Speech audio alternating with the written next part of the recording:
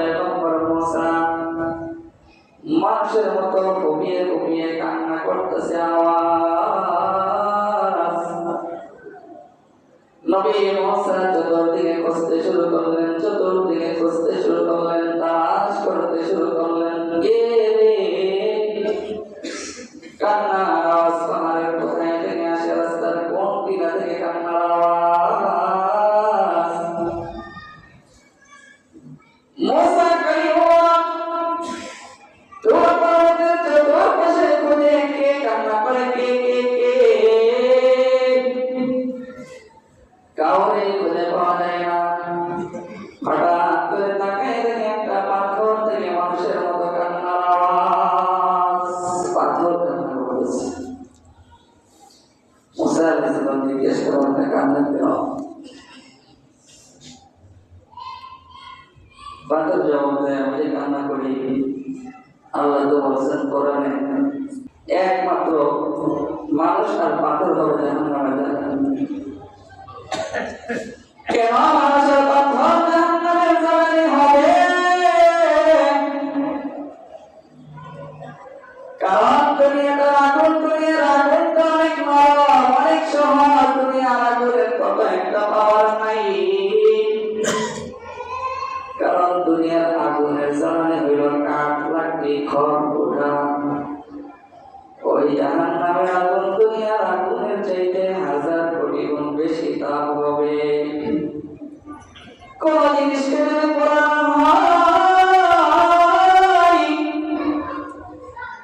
পড়তে পড়তে পড়তে পড়তে পড়তে পড়তে একদম চূড়ান্ত পর্যায়ে একটা রং হয়।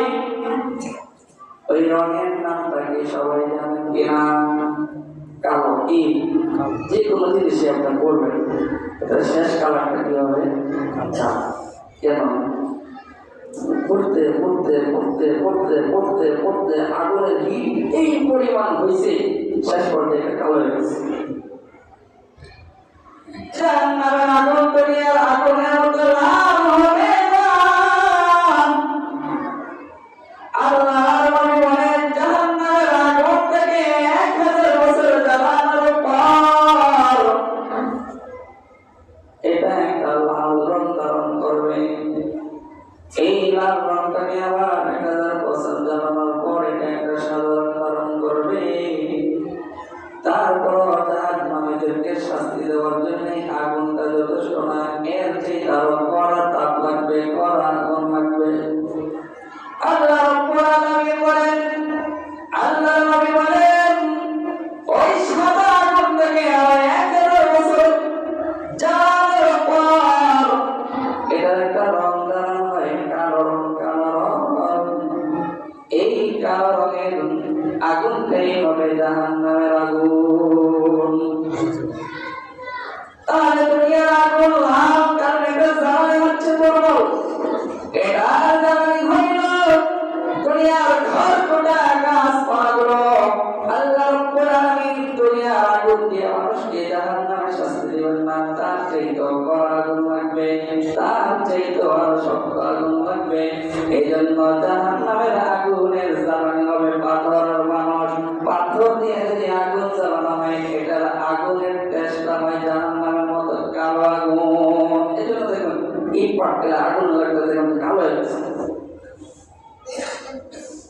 ইয়া আল্লাহ, তো জাহান্নামের আগুন হবে কালো আগুন। আর এই আগুনটাকে কালো করতে হলে প্রথমে হিট দিতে হবে, জ্বালানি হবে কি? মানুষ আর পাথর। আমরা জানি আল্লাহ আমাদের সব ভাইকে জাহান্নামের আগুন থেকে হেফাজত করুন। পয়গম্বর মুসা ডাক দিয়ে বলে, পাথর তুমি কান্না করো নিয়ে কি হয়েছে তোমার? মানুষের মতো জবান দিয়ে কেন কান্না করো?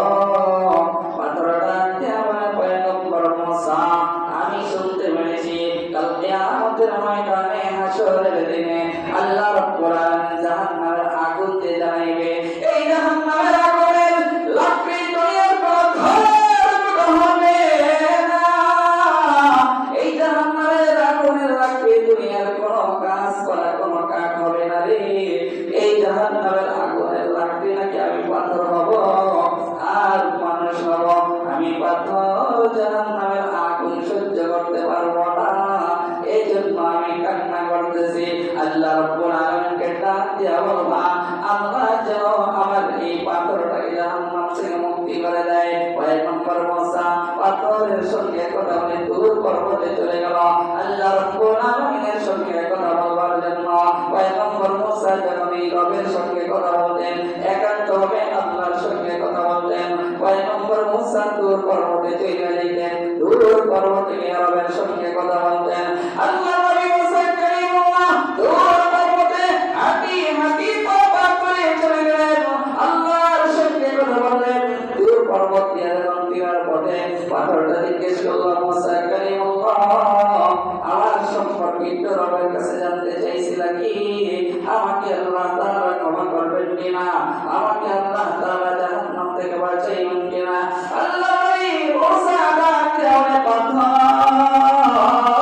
রবের সঙ্গে কথা বলেছি, তুমি যে মানুষের মতো ফুপিয়ে ফুপিয়ে কান্না করেছ, তোমার এই কান্নাটা রবের আরশ পর্যন্ত পৌঁছে গেছে। বলেন সুবহানাল্লাহ।